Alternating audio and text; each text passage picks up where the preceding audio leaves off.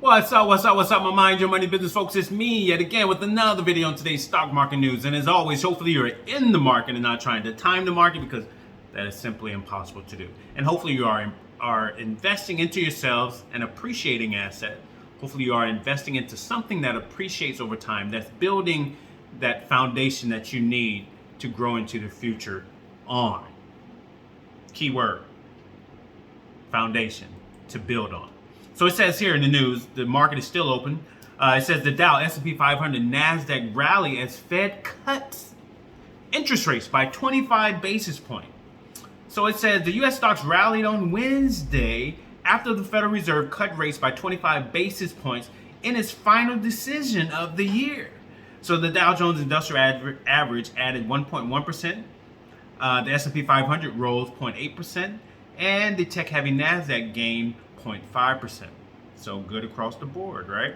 So it said the Fed cut interest rates by a quarter percentage point on Wednesday for the third time this year. But the central bank signaled a slower pace of easing ahead, projecting one more cut for 2026. The central bank voted in a split decision to trim its benchmark interest rate to a range of 3.5 to 3.75%. The decision drew dissents on both sides. Kansas City Fed President Jeff Smith and Chicago Fed President Austin Goolsbee disagreed with the decision, preferring to hold rates steady. On the other side, Fed Governor Stephen Miron pushed to cut rates by 0.5 percentage point. So in recent days, FOMC members have remained split, with some officials arguing that easier policy is needed to support a cooling labor market, and others warning that further easing could risk reigniting inflation. So inflation is reignited and they start hiking interest rates again when things are already expensive, that may be a problem. So be on the lookout for the first quarter of next year, around February. I will be playing, even though I may not be doing videos on this stuff, but I plan to take caution around February of next year in the market. That's my plan. At least that's my plan in my head. Although I have not made any steps, or I haven't come up with a game plan on what I may do. But we'll see. So traders will be watching Jerome Powell. They watch his press conference at 2:30 Eastern Time. In corporate, GameStop stock fell after missing quarterly revenue estimates on Tuesday. The U.S. manufacturer GE Vernova shares rose after doubling its dividends. Never heard of that company. Okay. The tech trade will get a key test Wednesday with an earnings report from Oracle, as Wall Street looks to the cloud firm as one of the proxies for the AI trade. Broadcom, Costco, and Lululemon are set for earnings report on Thursday. So let's see where the market is at currently. Refresh. Nvidia seems to be all over the place. It's down like $1.30 right now. SPYM, the S&P 500 ETF, is up 65 cents. Palantir, they had a nice little jump. They're up a little over $6. Tesla is up a little over $9. Broadcom is up over $6. Yeah, so something has happened. Let me see where silver is. SIVR. My silver ETF. It's up $1. Okay, I'll take that. And that's pretty much it, people. That's quick and easy, right? Quick and easy. Yeah, so tomorrow will be my last video, I think, for this year, because I am preparing to go on vacation, and I'll be gone for a while on vacation, much needed vacation. So yeah, at least I'm thinking I will. I don't think that I will have time to do any videos because I'm going to be very busy. Maybe in January. Maybe January. I don't know. In my head, I told myself to stop doing videos and start focusing on other things. So we shall see. Yeah, so as always, get out of debt, people. You know, whether I make more videos or not. I hope that people will get out of debt to see how debt is holding them back and create a plan called a budget to get out of it. Again, as long as you are in debt to anyone, you are a slave to them. You are forever indebted to them. You have to pay them back. If not, it will be a problem if they don't get paid back, right? Whether it be family members, or business. Live below your means. In America, we live in the richest country in the world.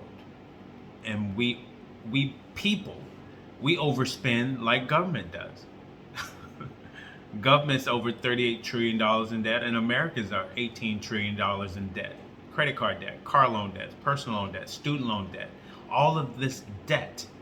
So what I always tell myself is, if you want to be successful, don't do what broke people do. Don't do what people who don't have anything in their older age do. Don't follow their path. You have to find the successful people and do what they do. You have to think. You have to be smarter. You have to read.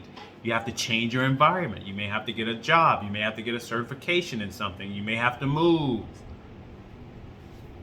You have to make all of these changes. It's a requirement. It's a requirement. To be successful, to be ultimately happy, doesn't mean you have to have all this money, but to be happy with life, it requires a certain mindset, a certain path. And then I would say that path and that mindset is always evolving, because it's not just a straight path. Happiness, financial success, it's not just a straight path. It's always evolving and changes. You're forever learning. You would never stop learning. You will never stop finding ways to be happy, because you can reach goals, and then after you reach that goal, now what? You know, you're thinking like, okay, once I get here, get there, once I have this, I have that, I should be happy to get this, to get that, or to get here, to go there. And you're like, okay, now what? Right. So life is forever changing. You need to understand that. And continue setting goals for yourself. Live below your means, people. Again, you live in the richest country in the world. Doesn't mean you have to spend all of your money. If you're only making $50,000 a year, why are you buying a $30,000 car or a $40,000 car? You're buying a car, granted, it's financed for 8 years, and you're making $50,000 a year, but the payment that you have to make each month for 8 years is crazy, because that car payment is not the only thing that you have to pay for that month.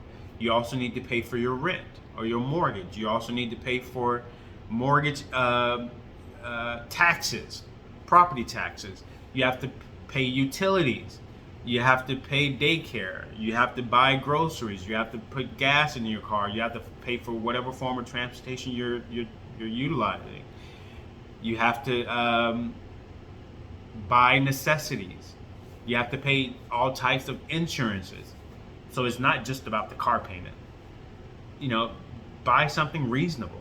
Buy something cash. Buy something now, especially when you're younger. Just buy something to get around in. You don't have to have like these luxury cars at the age of 22.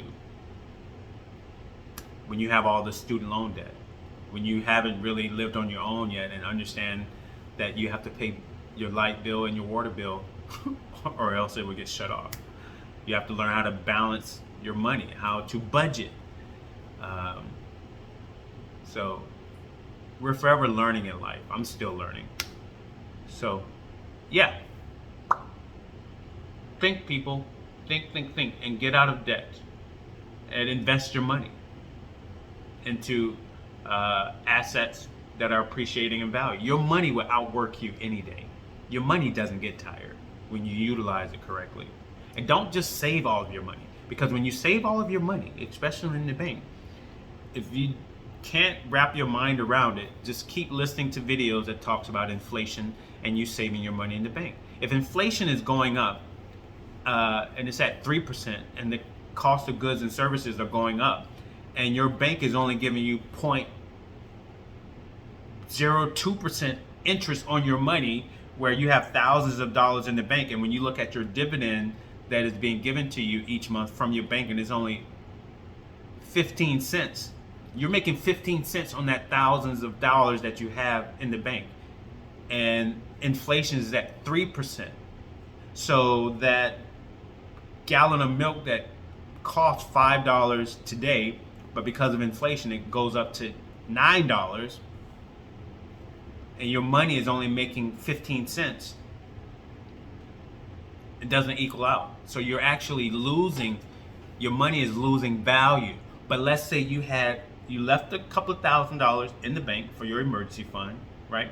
But then you took the other thousands and you invested it, and let's say you made 6 to 7 or 12% on that money. Now you're beating the 3% inflation. So it doesn't matter that that milk went up to $9. You just made 10, 15, 20% on your money that was invested. So it's not a stressful event taking place in your life because the goods and services are going up, because your money is also going up because you're investing it into assets that are appreciating in value. So just think about that, and I hope I made sense. I hope I made sense. All right, so I'm going to end this video. So like, comment, subscribe, share this video. Let me know what you think. If you think anything at all. If not, you guys take care. Have a blessed day. Peace. Love you.